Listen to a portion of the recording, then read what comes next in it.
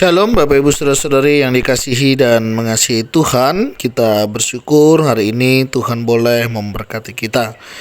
Mari sebelum kita membaca dan merenungkan firman Tuhan, kita berdoa terlebih dahulu. Tuhan, terima kasih untuk kasih setiamu di dalam hidup kami. Sampai hari ini Tuhan, kami boleh ada sebagaimana kami ada. Ini semua karena berkat dan kemurahan-Mu. Sebentar kami akan membaca dan merenungkan firman-Mu. Berfirmanlah dan biarlah kami mengerti apa yang menjadi kehendak-Mu di dalam hidup kami. Kami berdoa di dalam nama Tuhan Yesus Kristus. Haleluya. Amin. Bacaan kita hari ini sudah sampai di Kitab Imamat pasal yang ke-24. Kitab Imamat 24 terdiri dari 3 bagian. Bagian yang pertama tentang minyak untuk lampu, roti sajian, dan juga penghujat nama Tuhan dihukum, lain-lain kejahatan. Ya, ada ayat 1 sampai 23. Namun saya akan membacakan di ayatnya yang ke-22. Satu hukum berlaku bagi kamu, baik bagi orang asing maupun bagi orang Israel asli, sebab akulah Tuhan Allahmu. Amin. Demikianlah firman Tuhan, mari kita merenungkannya. Bapak Ibu Saudara sekalian yang dikasihi dan mengasihi Tuhan, kita tahu bersama bahwa Allah kita adalah Allah yang adil. Allah yang tidak membeda-bedakan satu dengan yang lainnya, termasuk di dalam hal ketetapan-ketetapan hukumnya, sebagaimana diatur di dalam bagian ini. Kalau kita melihat di dalam pasal ini misalnya, ada memang beberapa peraturan-peraturan yang Tuhan berikan kepada semua, ya, apakah itu orang asing maupun kepada orang Israel. Ya, memang ini diberikan dan diberlakukan secara umum, begitu. Ada memang aturan secara khusus, tetapi juga memang ada aturan secara umum di mana semua orang hendaknya menghormati ya setiap peraturan yang sudah ada. Nah, menarik sekali di dalam bagian ini setiap kita punya peran, punya ambil bagian di dalam mengerjakannya, tanpa terkecuali apakah itu penduduk asli maupun mereka yang dianggap sebagai orang asing. Nah, Bapak Ibu Saudara, belajar daripada penetapan ini kita tahu bersama bahwa Allah kita Allah yang adil. Allah yang menetapkan bukan hanya untuk kita tetapi juga untuk yang lain, atau bukan hanya untuk yang lain tetapi juga untuk kita. Nah, ini menjadi ketentuan di dalam perjalanan kehidupan kita yang harus kita ketahui, yang harus kita pahami juga, sehingga ketika ini kita sadari, kita akan bertanggung jawab di dalam kita mengerjakannya.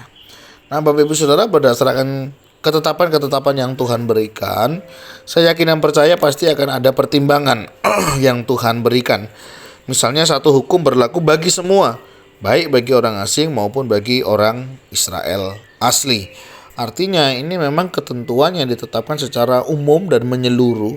Siapapun yang melakukannya, ya, ada konsekuensi yang harus dibayar dengan satu penekanan, sebab akulah Tuhan Allahmu. Artinya apa? Tuhan yang atur, Tuhan yang berkehendak di dalamnya, dan memang hidup kita ada di dalam ini. Sehingga dalam kehidupan ini kita sadari sebenarnya Bapak Ibu Saudara, ya, kalau kita berbicara tentang kehendak bebas, yang sebagaimana banyak orang membicarakan tentang kehendak bebas, apakah manusia memiliki kehendak bebas? Ya, manusia memang punya kehendak bebas, tetapi kehendak bebas manusia adalah kehendak bebas yang sebenarnya adalah terbatas. Kenapa? Karena sebebas-bebasnya kita masih tetap harus mengikuti peraturan yang ada. Sebebas-bebasnya kita tetap ada aturan-aturan yang mengikat di dalam kehidupan kita. Oleh sebab itu, sebagaimana kita yang diberikan kebebasan, ya jangan menggunakan atau menyalahgunakan hak kebebasan itu untuk justru kita hidup atau melakukan dosa di dalamnya. Melainkan apa yang harusnya kita lakukan? Ya, kita belajar harusnya menghargai untuk kepercayaan yang sudah diberikan, ya, supaya kita juga boleh menjaga kepercayaan itu dengan baik, dan juga kita mengerjakan apa yang semestinya kita kerjakan dalam hidup ini, sehingga dalam perjalanannya waktu, ya, kita adalah orang-orang yang bisa melewati itu semuanya, dan tentunya ini akan menolong perjalanan kehidupan kita selanjutnya. Nah, mari Bapak Ibu Saudara, ketetapan hukum yang sudah diberlakukan, yang sudah ditentukan, kita kerjakan dengan sebaik-baiknya. Kita taat di dalam melakukannya dan kita boleh hidup sesuai dengan kehendaknya. Nah, kiranya Tuhan boleh menolong dan memampukan kita di dalam kita menjalani hari-hari kita.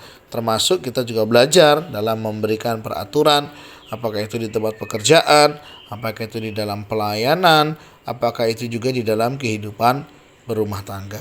Jika ada hal-hal yang positif, peraturan ketetapan yang ada, ya kita gunakan dengan sebaik-baiknya. Jika tidak, ya kita belajar untuk memperbaikinya. Dan kita percaya semua peraturan yang diberikan menolong dan memampukan hidup kita lebih tertib, lebih sungguh-sungguh, dan lebih tahu bagaimana kita bisa dan boleh memprioritaskan segala yang utama dibandingkan yang bersifat sementara. Nah, kiranya Tuhan Yesus menolong dan memampukan kita untuk kita boleh menjadi orang-orang yang tetap taat, setia, melakukan apa yang menjadi kehendak Tuhan di dalam hidup kita. Tuhan, terima kasih, kami bersyukur ketika Engkau boleh mengingatkan apa yang seharusnya kami lakukan sebagai anak-anak-Mu. Apakah dalam kehidupan berumah tangga, dalam pekerjaan, dalam keseharian kami, di dalam kami melayani Engkau. Terima kasih ya Tuhan untuk kasih setia-Mu. Berkati setiap kami bisa dan boleh bertanggung jawab dengan bidang yang sudah dipercayakan masing-masing. Begitu juga jika ada di antara kami sedang mengalami kelemahan tubuh, Tuhan jamah pulihkan, sembuhkan, sehingga mereka boleh tetap berpengharapan hanya di dalam Tuhan saja. Terima kasih Tuhan, ini doa seru kami yang kami naikkan di dalam nama Tuhan Yesus Kristus. Haleluya. Amin. Bapak saudara, demikianlah renungan kita hari ini. Kiranya setiap kita boleh senantiasa hidup seturut dengan kehendak Tuhan. Tuhan Yesus memberkati kita sekalian. Shalom.